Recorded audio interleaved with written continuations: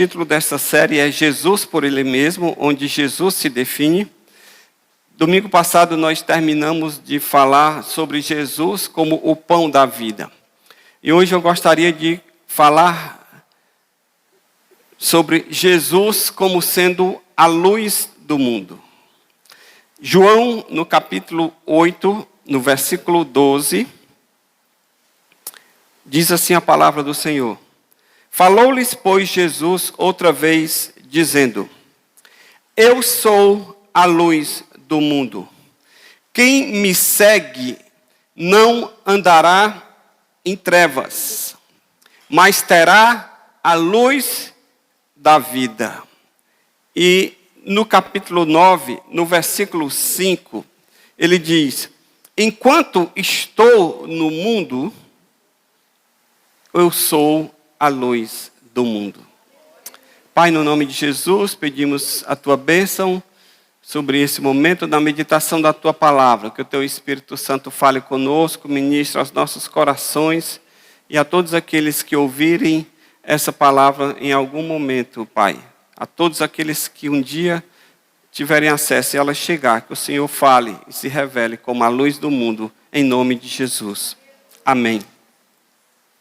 Jesus, ele faz a segunda afirmação acerca de si mesmo aqui no Evangelho de João. E ele, dessa vez, ele se apresenta como a luz do mundo. Para nós podermos compreender o que Jesus está querendo dizer como sendo a luz do mundo, nós precisamos entender o contexto em que esta afirmação se deu. Jesus fez essa afirmação numa época em que, em Israel, festejava-se a festa dos tabernáculos. Essa festa dos tabernáculos, durante essa festa, as pessoas, elas habitavam em tendas. Elas deixavam as suas casas e iam para Jerusalém e armavam tendas. Então, é como se houvesse ali um grande acampamento. As pessoas viajavam e moravam em tendas, para lembrar que um dia eles foram peregrinos no deserto.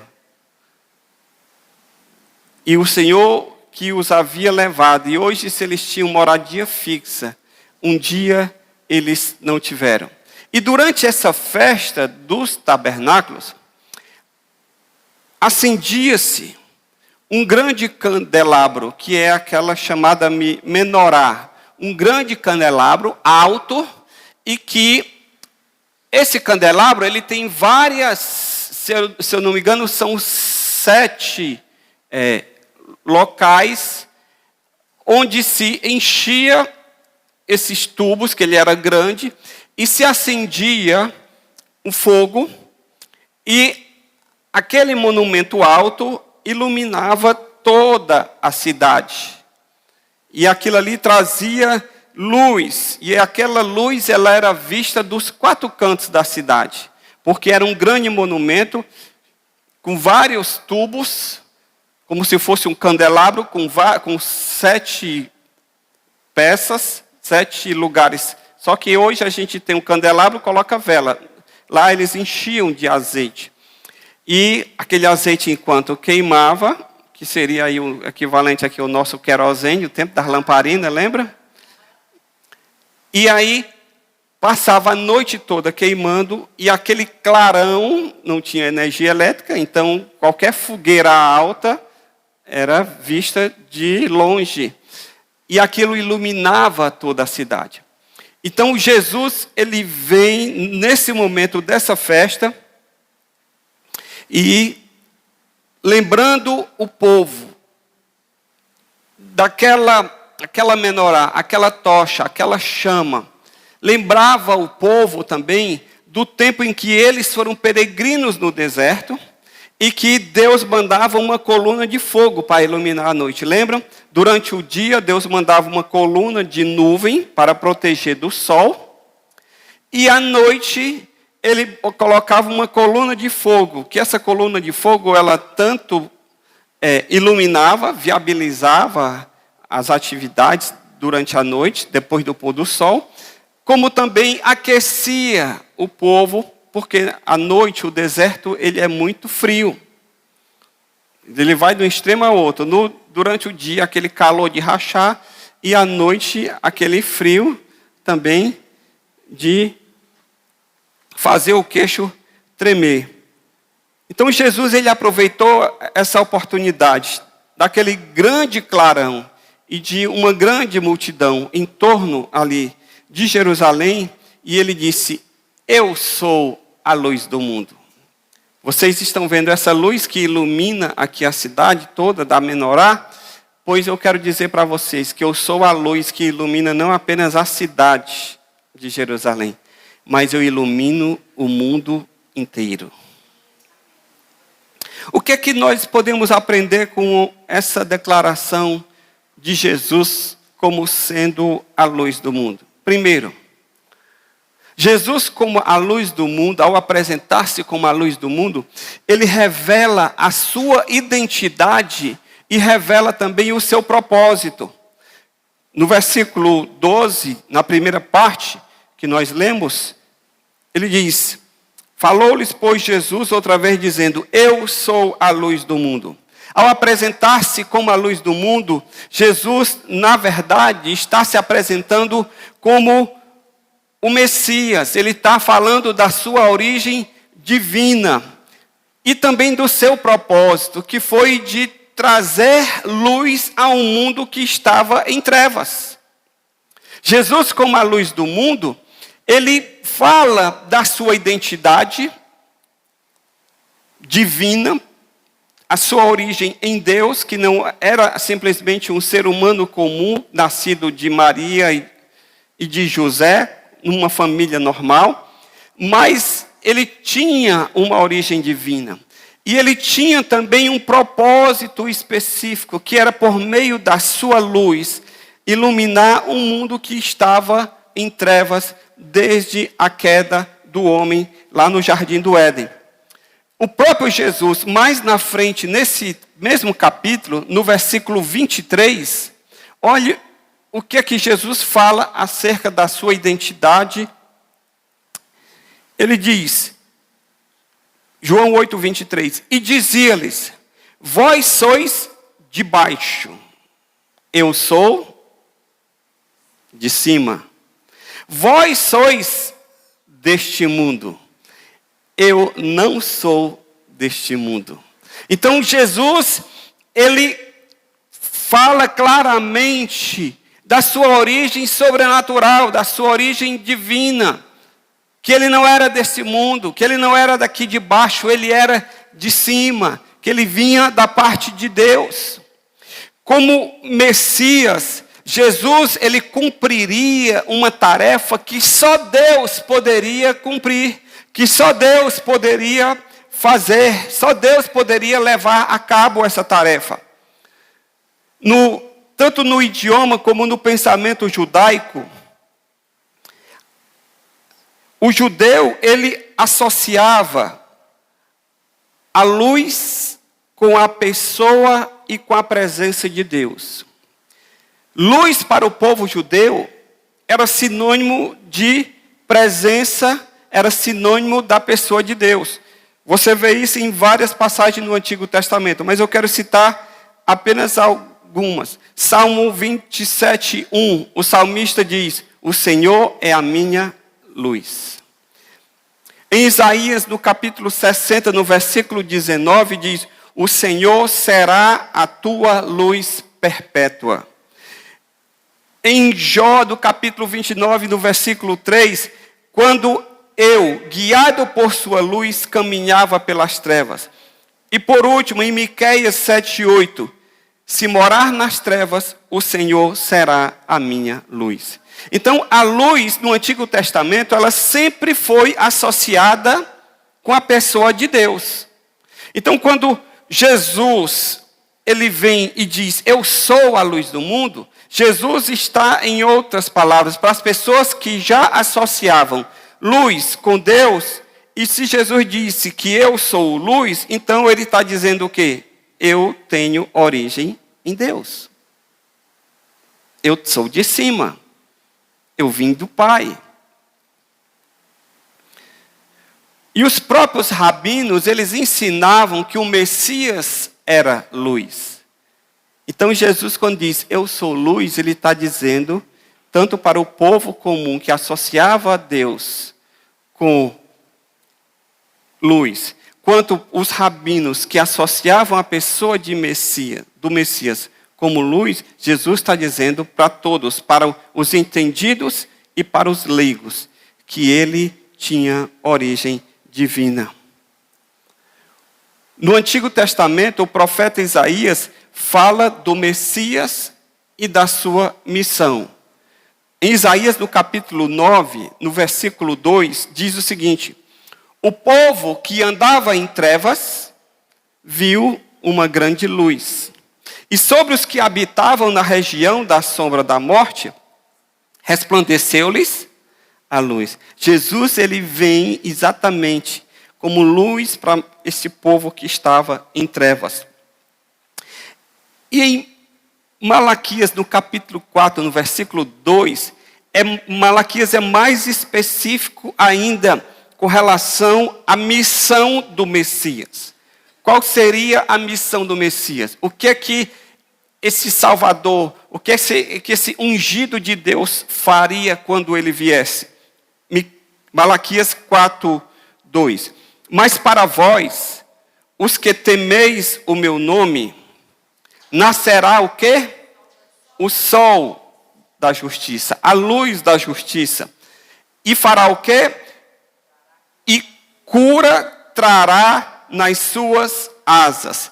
E saireis e saltareis como o bezerro na estribaria. O que é que um bezerro faz na estribaria? Um bezerro pula, um bezerro salta, um bezerro se alegra. Você nunca viu, você vai ver um bezerrinho pulando, a mãe está ali, a vaca está ali, e o bezerrinho corre, o bezerrinho salta e pula de alegria. Então, o texto está dizendo o seguinte: o Messias, ele vai trazer luz da justiça. Ele trará justiça por meio da sua luz.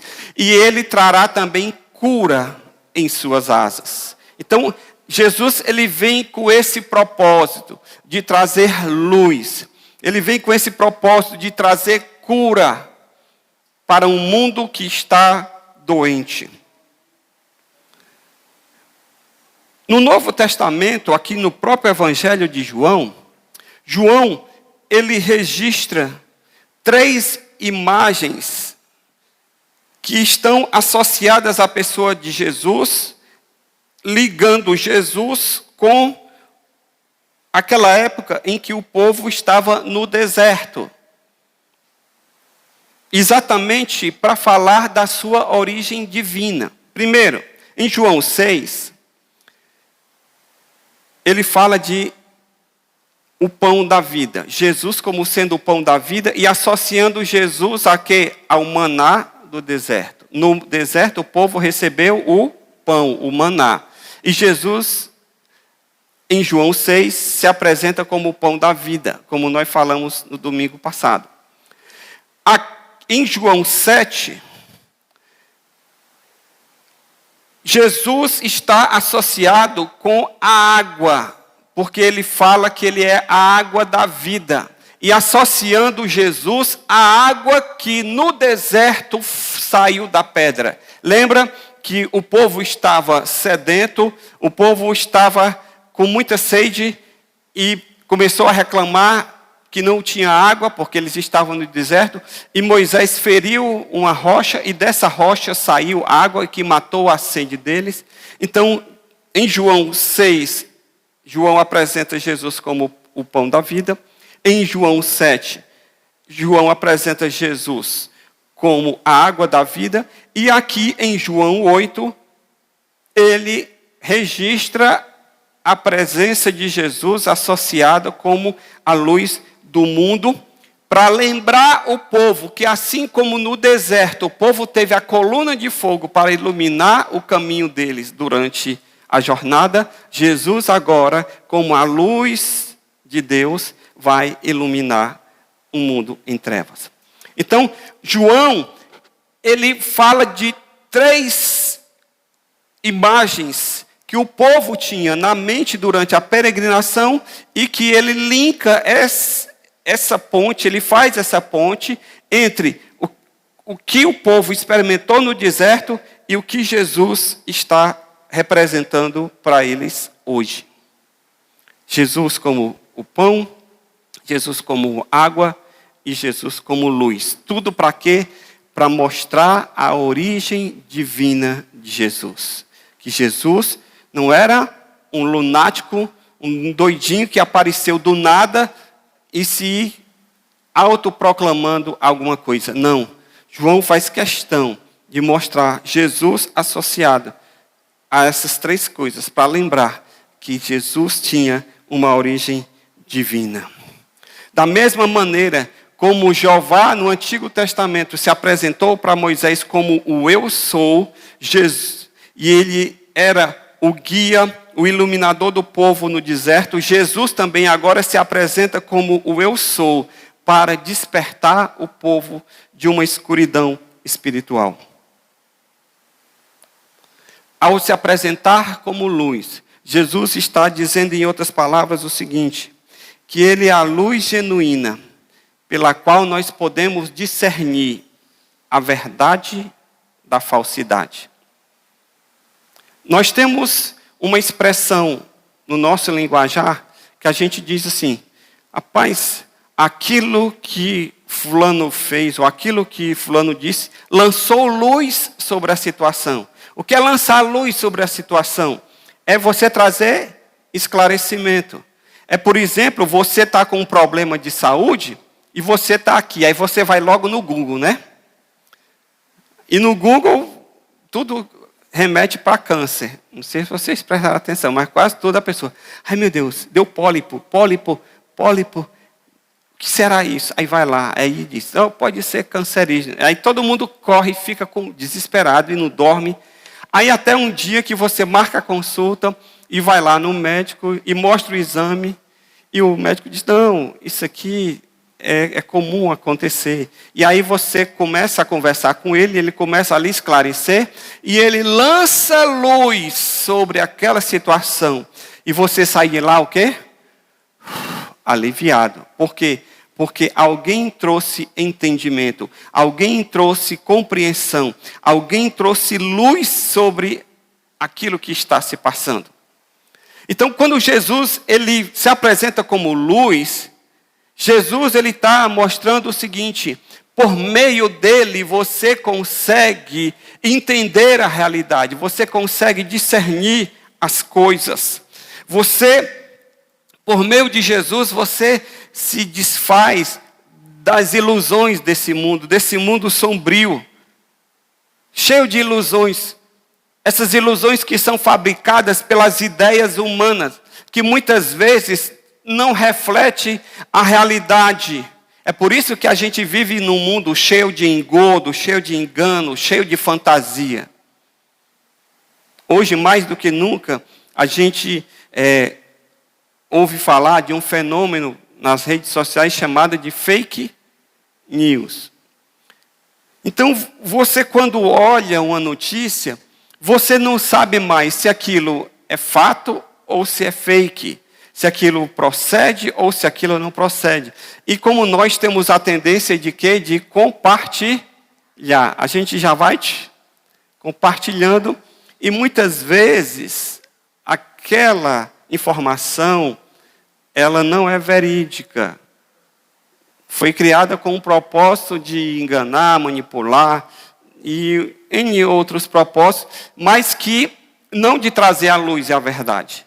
Quando Jesus ele diz, olha, eu sou a luz. Em outras palavras, ele está dizendo, por meio de mim, vocês poderão conhecer a verdade, a realidade acerca da vida, a realidade acerca de Deus, a realidade como Deus a vê.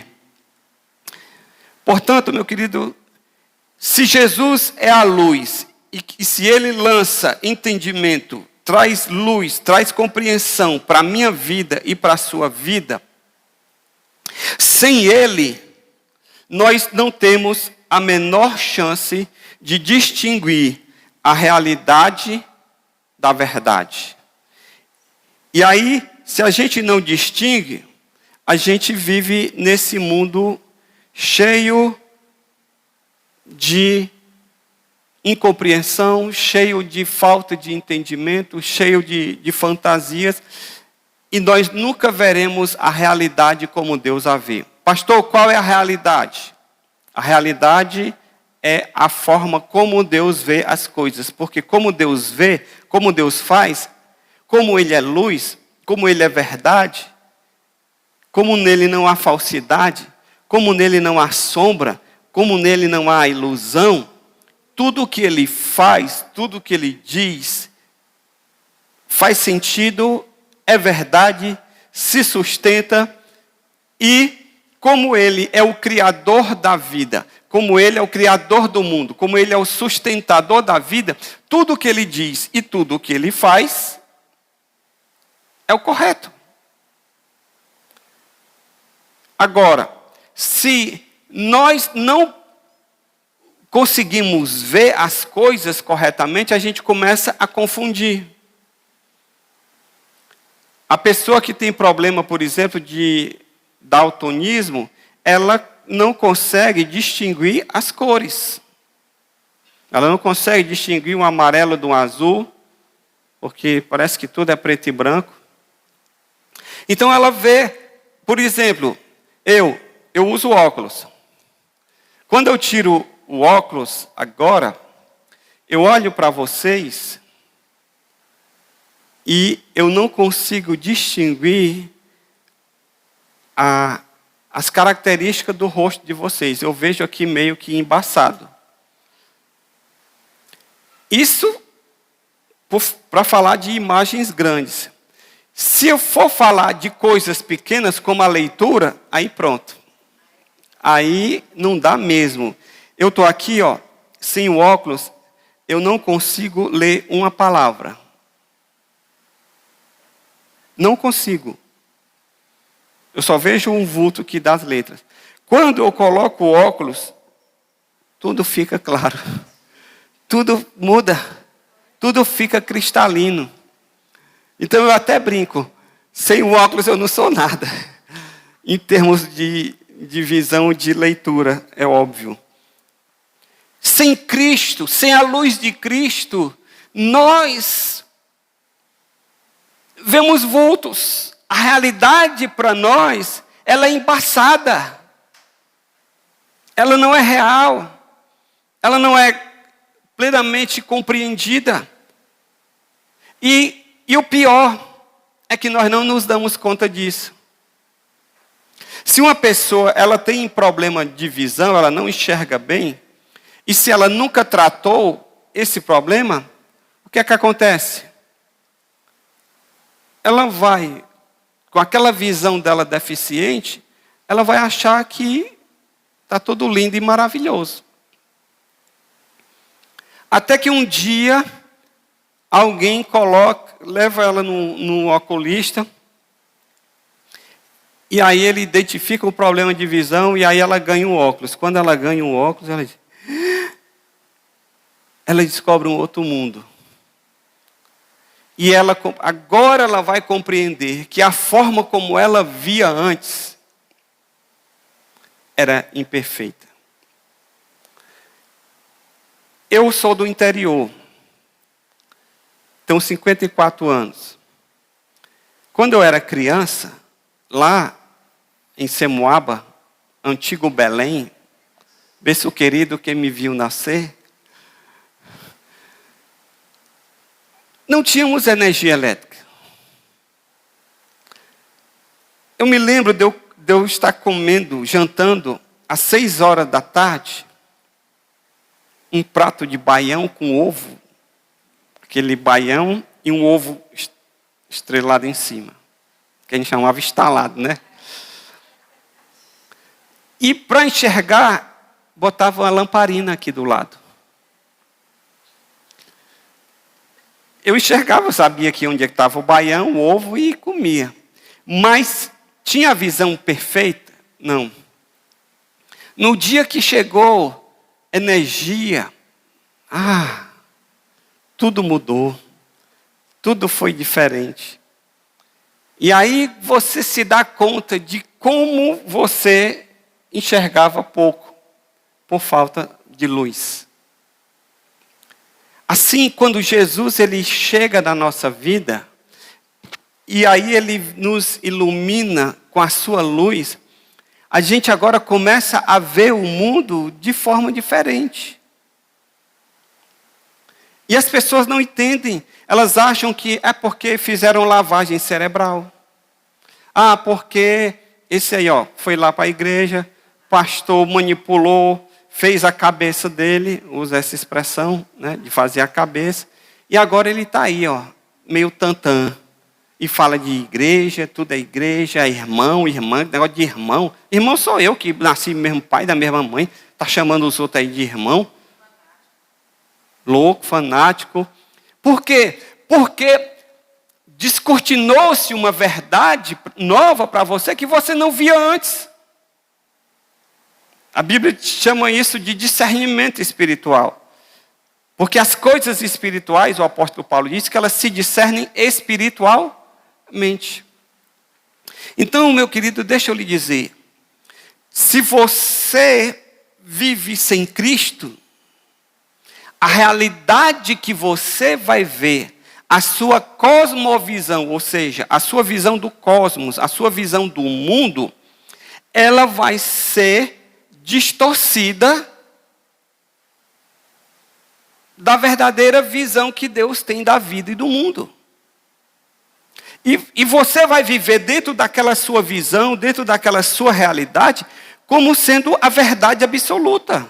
Por quê? Porque é a visão que você tem. É a forma que você vê. Você não conhece nenhuma outra forma de ver.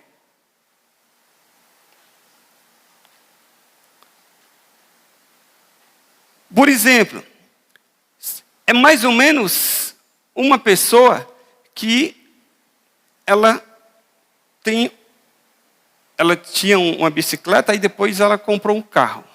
Ela comprou um carro na época antes do governo Collor, que no governo Collor ele abriu o mercado interno para exportação e começaram a chegar os carros de fora. Então, a gente tinha aqui só o quê? Ford, Chevrolet, Volkswagen e Fiat. Tínhamos só essas 4 montadoras.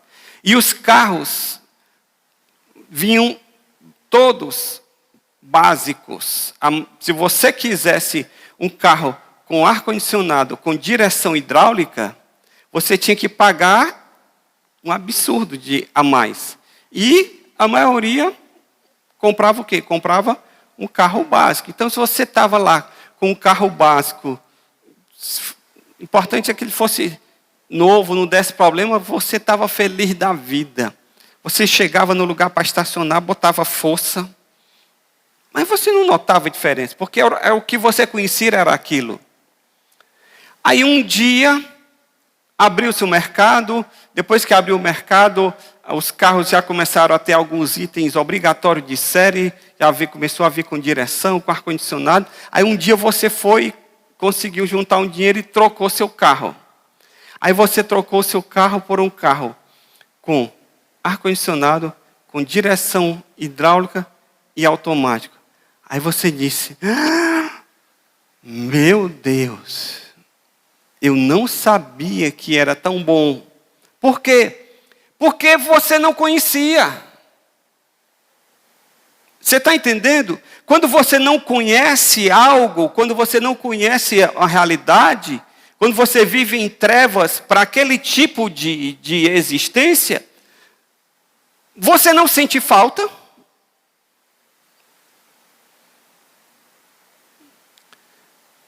Por quê? Porque você nunca experimentou. Eu me lembro que boa parte da minha vida eu andei de ônibus, eu não tinha carro. E eu sentia falta de carro? Não. Não sentia. Vivia normalmente. Hoje, como eu tenho um carro já há muito tempo, se eu fico sem carro, Aí a gente diz, quebra as pernas, porque não se trata de luxo, trata-se de necessidade. Então, quando você nunca viveu uma realidade, você não tem noção daquilo. Mas no dia que você experimenta, aí você diz, rapaz, como eu pude viver? É a mesma coisa quando a gente se converte e a gente sente a alegria do Espírito Santo, a certeza de salvação, a presença de Deus na nossa vida. A gente diz, meu Deus, como é que eu pude viver, Senhor, tanto tempo longe de Ti? Como é que eu pude viver, Senhor, tanto tempo sem conhecer a Ti? Porque você vivia em trevas. E a treva onde você vivia, para você, era a sua luz. Então Jesus como luz, ele vem lançar, vem descortinar uma nova realidade que nós não conhecíamos. Então, só por Cristo eu posso conhecer a realidade como Deus a vê. Sem Jesus, sem uma relação com Jesus e sem a confiança nele, nós não temos a menor chance de conhecer de fato a vida e a realidade como Deus a vê. Primeiro, sem Jesus, o mundo está mergulhado em trevas. Por causa do pecado, esse mundo tornou-se mal. Aquilo que Deus criou como paraíso, por causa do pecado, se tornou esse mundo caótico que nós vivemos hoje, ficando sujeito ao poder de Satanás e da morte. E por mais belo que possa parecer, esse mundo está afastado de Deus e da vida de Deus. Por mais bela que a vida possa parecer para uma pessoa, porque ela nasceu em berço de ouro, porque ela teve de tudo, porque ela estudou nas melhores escolas, ela nasceu num país de primeiro mundo, que ela não sabe o que é violência, ela não sabe o que é necessidade, ela já nasceu com tudo, com facilidades mil. Então você olha e diz, a vida é maravilhosa para essa pessoa. Mas por mais que a vida seja maravilhosa em termos de conforto, em termos de facilidade, sem Cristo, ela continua afastada de Deus e sem a vida de Deus. Pode ter comodidades, pode ter confortos, pode ter mimos para dar conforto ao corpo e dar um bem-estar emocional. Mas sem Cristo, esse mundo está mergulhado em trevas. Segundo, sem Cristo, prevalece a ignorância espiritual. As pessoas, até mesmo as religiosas, elas estão cegas e não sabem aonde vão. O maior embate de Jesus não foi com as pessoas comuns. O maior embate de Jesus foi com os religiosos, com aqueles que, em tese, deveriam saber tudo sobre Messias, sobre Deus, sobre o enviado de Deus. E quem Jesus teve mais problemas foi exatamente com esse povo. Por quê? Porque eles eram religiosos, mas eles não tinham discernimento espiritual. As pessoas sem Cristo, elas podem viver numa eterna ignorância, que elas não sabem que estão perdidas, elas vivem confusas, elas vivem sem rumo espiritual, e nesse caminho natural do homem, ele caminha para as trevas eternas. Sem Jesus, meu querido, não há esperança para um mundo em trevas. Porque Jesus é a única luz capaz de trazer discernimento, compreensão, clareza acerca da vida. William Hendricks, ele diz o seguinte: Jesus ser a luz do mundo significa que, para os ignorantes, ele proclama sabedoria. Para o impuro, ele proclama santidade. E para os dominados pela tristeza, Jesus proclama alegria. Jesus, a luz do mundo. Tudo que procede de Jesus, tudo que verdadeiramente é bom, é puro, é amor real, isso é luz. E nós só encontramos isso em Cristo. Por isso que João, no capítulo 1, no versículo 4, falando acerca de Jesus, ele diz: nele, em Jesus, estava a vida. E a vida era a luz dos homens. Então, João associa a vida com a luz. Sem a luz de Cristo, não há verdadeira vida. No versículo 5 ele diz: e a luz resplandece nas trevas, e as trevas não a compreenderam. Sem Cristo, há confusão, não há compreensão, não há entendimento. A verdadeira vida eterna, ela preenche a nossa existência com a luz que vem de Cristo. A vida, ela pode apenas florescer onde há luz. Jesus é a luz que pode trazer vida a um mundo que está morto por causa das suas trevas espirituais. Para nós conhecermos a Deus, nós precisamos da luz de Cristo. Eu e você precisamos de Cristo. Enquanto nós não conhecermos a Cristo, nós vamos viver na ignorância espiritual. Nós vamos viver alheios a Deus. Nós vamos viver com os nossos títulos, com o nosso conhecimento na nossa profissão, na nossa área de conhecimento. Você pode ser PhD na sua área de conhecimento. Você pode ser um cientista. Você pode ser uma pessoa bem dotada de conhecimento, mas sem Cristo, espiritualmente, você não é nada. Você pode ser religioso, você pode ter bons pensamentos, bom conhecimento. Você pode ser um mundo de sabedoria, de amor ao próximo, de fraternidade, de bondade, de pregar a fraternidade, o amor entre as pessoas, mas sem a luz de Cristo, não há o verdadeiro discernimento de Deus. Portanto, eu queria nessa manhã lhe encorajar a se abrigar na luz de Cristo.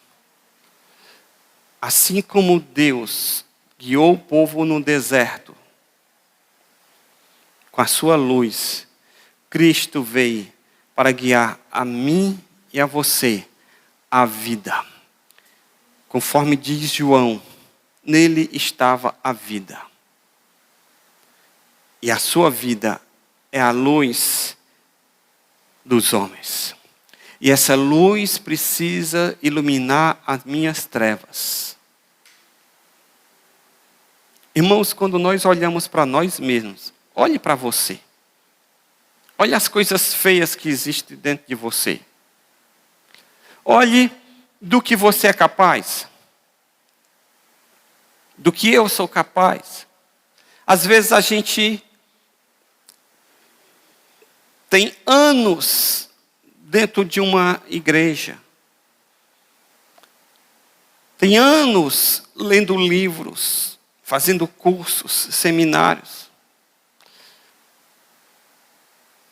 E um dia a gente se encontra numa situação em que a gente tem uma reação que a gente próprio estranha. Vixe, como é que eu fui capaz de fazer isso?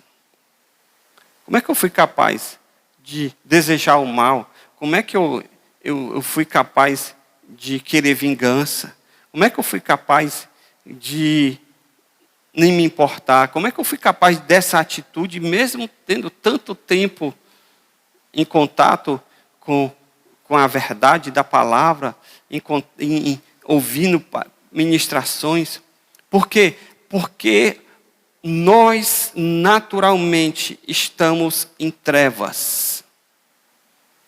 A nossa natureza caída, por causa do pecado, ela foi afetada a nossa vida. A Bíblia diz que a nossa carne ela não é sujeita à lei de Deus. Nossa carne não quer nada com Deus. Então, quando nós agimos na carne, nós agimos totalmente contrários àquilo que Deus tensionou, aquilo que Deus intencionou para nós. Tem um pensamento que diz mais ou menos assim: quando você conhece a natureza humana e do que ela é capaz, você é capaz de escutar as piores coisas vindo das melhores pessoas e não se escandalizar com isso.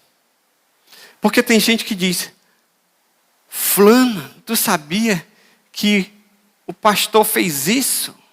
Ou aquela irmã que era de oração, consagrada, mulher de Deus, que falava em línguas, que profetizava, que era usada por Deus. Tu sabia que foi que ela fez? Ela foi capaz de fazer isso? Eu estou aqui passada. Eu estou aqui escandalizada. Eu estou aqui boca aberta. Como é que pode? Eu botava a mão no fogo por essa pessoa. Se tinha uma pessoa que para mim estava acima do bem e do mal, era aquela. Como é que ela foi capaz de fazer isso? Foi. Porque a natureza humana caída não foi retirada dela. Então eu quero que você entenda que Jesus ele veio lançar luz.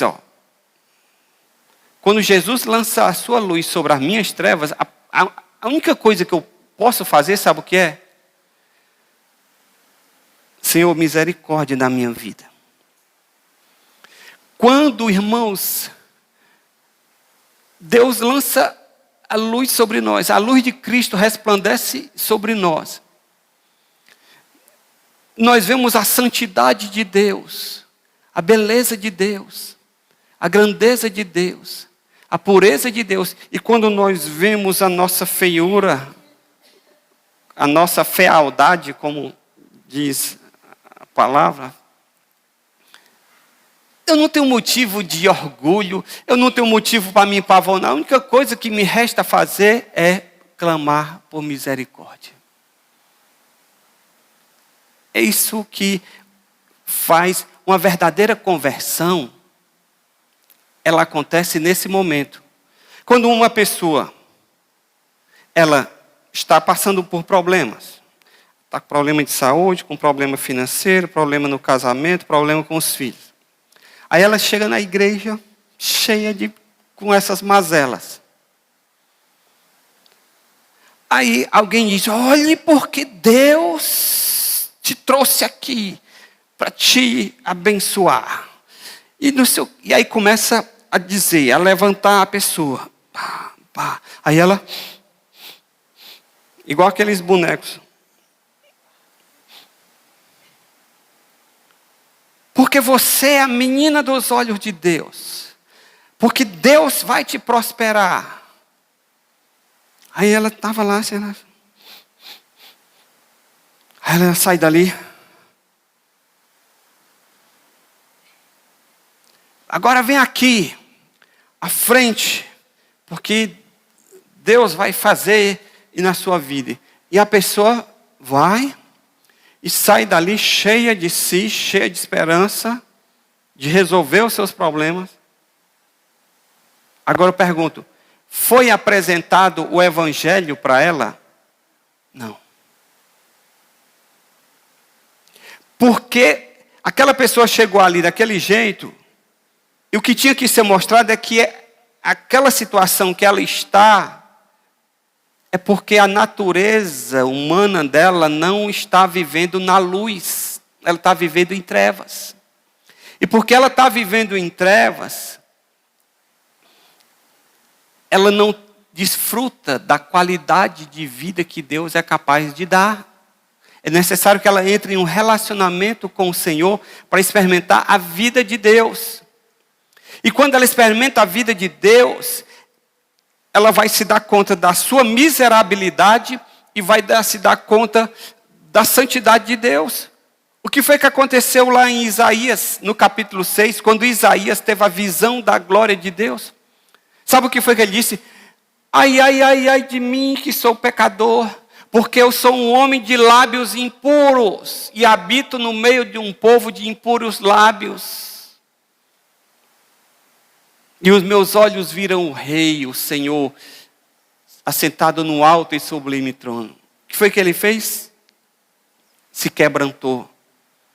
A verdadeira conversão, ela acontece quando nós nos quebrantamos, quando nós nos damos conta da nossa miserabilidade, quando a luz de Cristo vem sobre nós e nós compreendemos que não somos simplesmente fruto do meio, porque as coisas que estão acontecendo comigo são obra do acaso, ou é porque a sociedade competitiva está assim, ou porque é o sistema opressor, o sistema político opressor.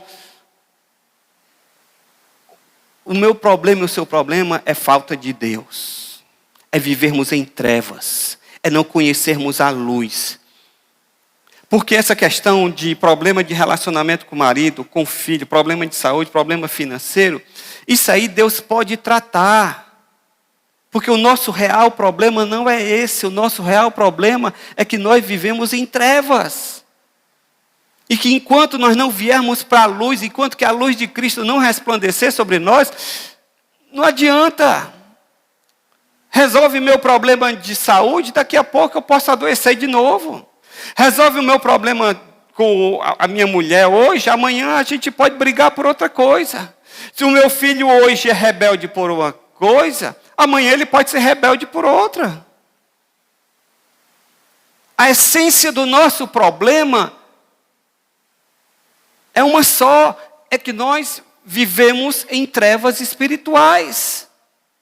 E que nós precisamos de Cristo. Quando eu falo nós, os nossos filhos, nossos cônjuges, o nosso patrão, o nosso empregado, o mundo.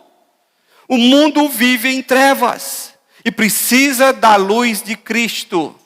Enquanto não tivermos a luz de Cristo na nossa vida, nós vamos viver nessa selva que nós vivemos. Além disso, além da nossa carne, dos nossos desejos, brigando com os desejos dos outros, imagine quantas pessoas nós temos aqui nessa sala. Cada um aqui é um verdadeiro universo, com desejos, com vontades.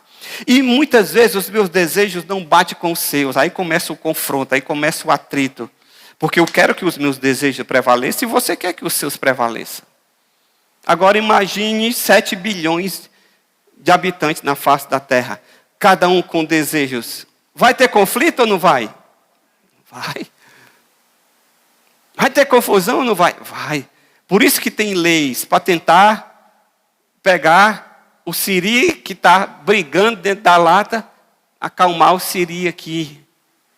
Para que eu não pegue aqui com as minhas garras aqui e mate o outro aqui e o outro também não me mate. As leis, elas foram criadas pelos homens para dar o mínimo de estabilidade, de civilidade, para permitir a convivência humana. Senão, é o tempo da selvageria. Já assistiram aqueles filmes de época dos bárbaros, dos vikings? O cara diz, ei, eu vou denunciar para você para os direitos humanos. Direitos humanos o quê?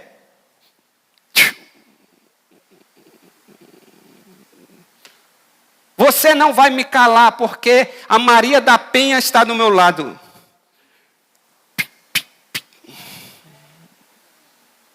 É o ser humano no seu estado natural de selvageria.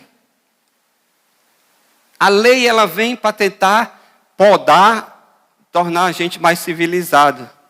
Você está ali morrendo de raiva do outro, querendo dizer, seu desgraçado. Aí você diz, excelência? Esse excelência? O que você está querendo dizer para o outro é que ele não é excelência coisa nenhuma, mas você tem que tratar como excelência. Doutor. Lá no meu condomínio, os empregados me chamam de doutor. Eu disse, meu filho, eu não fiz doutorado, não. Não sou doutor, não. Pode me chamar de senhor mesmo. Mas a empresa obriga a todos eles a chamar as pessoas de doutor. Tudo é doutor. Doutor, doutora. E tem gente que, se você não chamar de doutor, ele diz, epa, você sabe com quem está falando? Vivemos em trevas.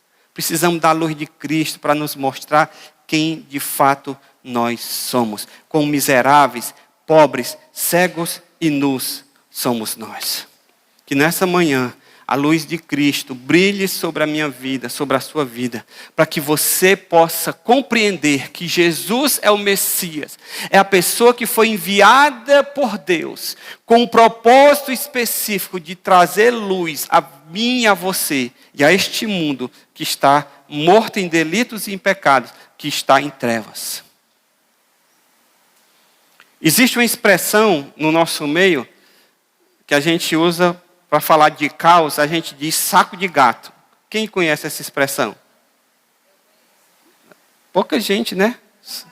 Saco de gato. Rapaz, foi o maior saco de gato. Sabe o que é um saco de gato? Você pega um surrão, um saco grande, aquele saco de açúcar, de tecido forte. Aí você pega e esvazia. E você bota 5 gatos dentro daquele saco e você fecha. Sem luz. Os gatos na escuridão. 5 gatos. Pense.